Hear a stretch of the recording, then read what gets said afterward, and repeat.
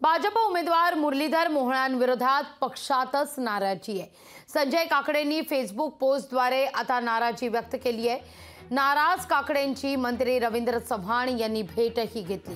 मंत्री चव्हाणांकडे माझ्या वेदना पुण्याचा वास्तव मांडलं असं काकडे म्हणतात। मी इच्छुक होतो, जग जाहीर आहे आणि एखाद्या इच्छुकाला तिकीट नाही मिळालं तर ते नाराजी होणं पण म्हणजे नैसर्गिकता आहे। काल रवी चव्हाण हे मला भेटायला नव्हते आले।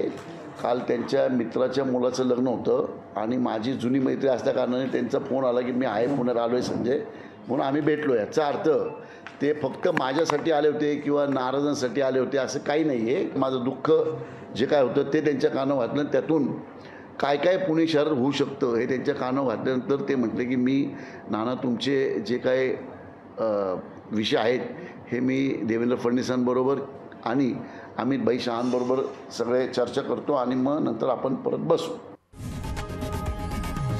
लोकशाही मराठी ऐका, पहा, जागरूक रहा।